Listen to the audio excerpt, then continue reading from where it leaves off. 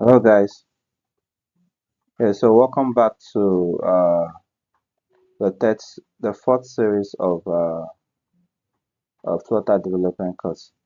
Right, so before we get started in this series, ensure your emulator is running. Okay, ensure your emulator is running. And then one other thing you want to do is to ensure that your app is running on your emulator. So your first Flutter project. So how to get this running on your emulator? Quickly just go to run, click on it, then click on run without debugging. Okay, so on your keyboard you can also use the control plus F5, right, to run it on your emulator. Right. Okay, so mine is currently running. So let's talk about the most important file in your Flutter project. Okay, so you see this void main, okay, run app. Okay, this is the life cycle of this is where uh, this is the first function that gets called whenever your Flutter project runs.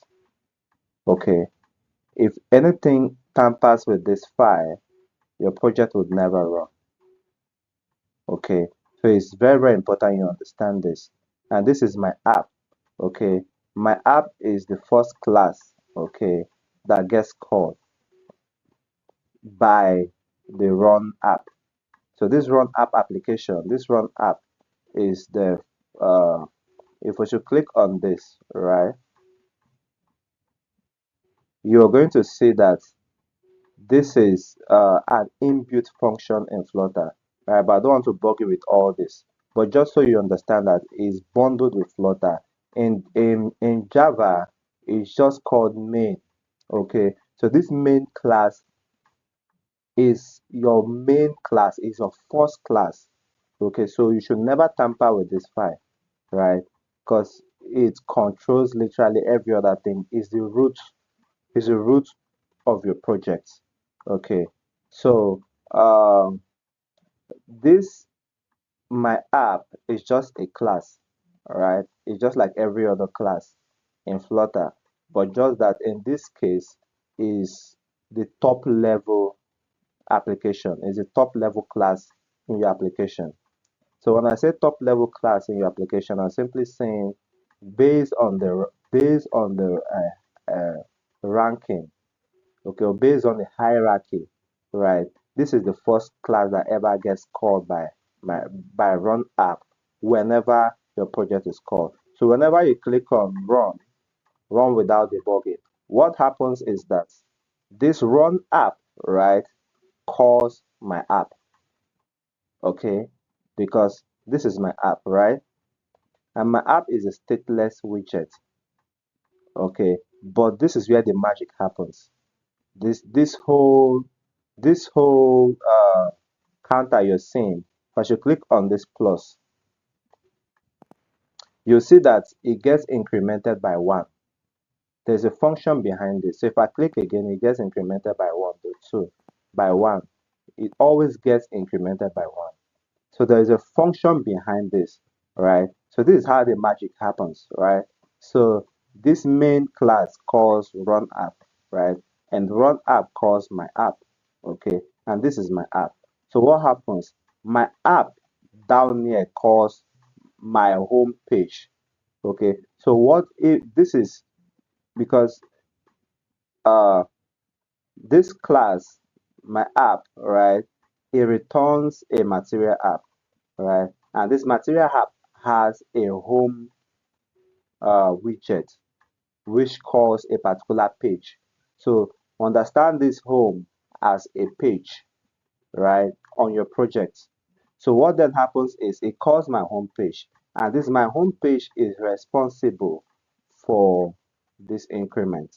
Okay, so as you can see, it has a title, my home page, which is this, has a title, which is this, and then it has the counter, which starts in 0. So if I should refresh this, you see that it starts by 0, and then you now start using this plus to increment by 1. So this is the increment function, right? We'll talk about all this later, but I'm just trying to explain to you how this whole process works, right? So this increment function gets called whenever a floating action, this is a floating action, whenever it's pressed, right? This gets called. This is a very simple app, okay? But we the goal is just to give you a brief rundown, right, on how Flutter really works, right? This is in general, this is the whole summary of the uh, widget hierarchy, right? Of the widget ranks in Flutter, right? My app called run app calls my app, right? And my app, right, returns in its home my home page. So it's almost like saying my first page, the first page anybody will ever see whenever they come into my app. Okay. And what this first page does is just an increment. Okay, that increases this counter from 0 to as many to whatever uh, to whatever number or as many times as it's been clicked. Okay, so it's just that simple. But we'll get into the details in the next course. We're going to start coding ourselves, right? So what we're going to do is we're going to be taking out this my home page and assuming it to be something else, right? So we're going to be creating this from scratch